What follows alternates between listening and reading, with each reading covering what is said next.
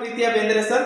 ಇಂದು ನಾವು 10ನೇ ತರಗತಿ ವಿದ್ಯಾರ್ಥಿಗಳ ಒಂದು ಖುಷಿ ವಿಚಾರಣೆ ಅಂತ ಹೇಳ್ಬೋದು. ನಿಮಗೊಂದು ಫಿಕ್ಸ್ಡ್ ಕ್ವಶನ್ ಅಂತ ಹೇಳ್ತಿದೀವಿ ನಾವು.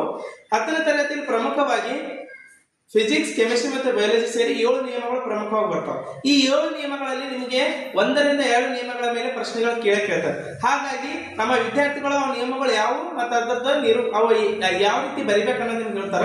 ಈ ಒಂದು ವಿಡಿಯೋ ನಿಮ್ಗೆ ಇಷ್ಟವಾದಲ್ಲಿ ಯೂಟ್ಯೂಬ್ ಅಲ್ಲಿ ಹೋಗಿ ಬೇಂದ್ರೆ ಸರ್ ಅಂತ ಟೈಪ್ ಮಾಡಿ, ಲೈಕ್ ಮಾಡಿ, ಶೇರ್ ಮಾಡಿ, ಸಬ್ಸ್ಕ್ರೈಬ್ ಮಾಡಿ. Thank you and all the best for SSC students.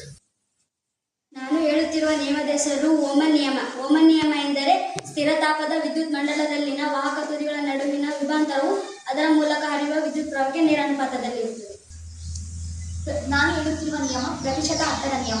ಪ್ರತಿಶತ ಅರ್ಥದ ನಿಯಮ ಎಂದರೆ ಆಹಾರ ಸರಪಳಿಯು ಪ್ರತಿ ಪೋಷಣ ಸ್ತರಕ್ಕೆ ಶಕ್ತಿಯು 10ರಷ್ಟು ಮಾತ್ರ ವರ್ಗಾವಣೆ ಆಗುತ್ತದೆ. ಇದರಿಂದ ಶಕ್ತಿಯ ಪ್ರಮಾಣ ತುಂಬಾ ಲಭ್ಯತೆ ಕಡಿಮೆ ಆಗುತ್ತದೆ.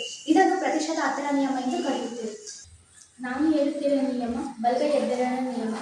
ಬಲಗೈ ಎಬ್ಬೆರಳಿನ ನಿಯಮ ಎಂದರೆ ವಿದ್ಯುತ್ ಪ್ರವಾಹದ ವಾಹಕವೊಂದನ್ನು ಬಲಗೈಯಲ್ಲಿ ಇರಿಸಿದಾಗ ಅದು ಎಬ್ಬೆರಳು ವಿದ್ಯುತ್ ಪ್ರವಾಹದ ನೇರವನ್ನು ಸೂಚಿಸಿದರೆ ಇನ್ನುಳಿದ 4 ಬೆರಳುಗಳು ಕಾಂತಕ್ಷೇತ್ರದ ದಿಕ್ಕನ್ನು ಸೂಚಿಸುತ್ತವೆ. ನಾನು ಹೇಳುತ್ತಿರುವ ನಿಯಮ ಲೆಮಿಂಗ್ನ ಎಡಗೈ ನಿಯಮ. ಲೆಮಿಂಗ್ನ ಎಡಗೈ ನಿಯಮದಂತೆ ಹೆಬ್ಬೆರಳು, ತೋರ್ಬೆರಳು, ಮಧ್ಯದ ಬೆರಳುಗಳನ್ನು ಲಂಬವಾಗಿ ಇರಿಸಿದಾಗ ಹೆಬ್ಬೆರಳು ವಾಹಕದಲ್ಲಿನ ಚಲನೆಯ ದಿಕ್ಕು ಅಥವಾ ಬಲದ ದಿಕ್ಕನ್ನು ಸೂಚಿಸುತ್ತದೆ. ತೋರ್ಬೆರಳು ಕಾಂತಕ್ಷೇತ್ರದ ದಿಕ್ಕನ್ನು ಸೂಚಿಸುತ್ತದೆ. ಮಧ್ಯದ ಬೆರಳು ವಿದ್ಯುತ್ ಪ್ರವಾಹದ ದಿಕ್ಕನ್ನು ಸೂಚಿಸುತ್ತದೆ. ನಾನು ಹೇಳುತ್ತಿರುವುದು ಬೆಳಕಿನ ವಕ್ರೀಭವನ ನಿಯಮ. ಪತನ ಕಿರಣ, ವಕ್ರೀಭವನ ಕಿರಣ ಮತ್ತು 2 ಮಾಧ್ಯಮಗಳ ಸಂಪರ್ಕ ಮೇಲ್ಮೈಗೆ ಎಳೆದ ಲಂಬವು ಎಲ್ಲವೂ ಒಂದೇ ಸಮತಲದಲ್ಲಿರುತ್ತವೆ. ಕೊಟ್ಟಿರುವ ಬೆಳಕಿನ ನಿರ್ದಿಷ್ಟ ಬಣ್ಣ ಮತ್ತು ನೀಡುವ ಜೋಡಿ ಮಾಧ್ಯಮಗಳ ಪತನ ಕೋನದ ಸೈನು ಮತ್ತು ವಕ್ರೀಭವನ ಕೋನದ ಸೈನುಗಳ ಅನುಪಾತ ಸ್ಥಿರವಾಗಿರುತ್ತದೆ. ಆದ್ದರಿಂದ ಇದನ್ನು ಸ್ಟೇನನ್ ವಕ್ರೀಭವನ ನಿಯಮ ಎನ್ನುವುದು. ನಾನು ಹೇಳುತ್ತಿರುವ ನಿಯಮ ಬೆಳಕಿನ ಪ್ರತಿಫಲನದ ನಿಯಮ.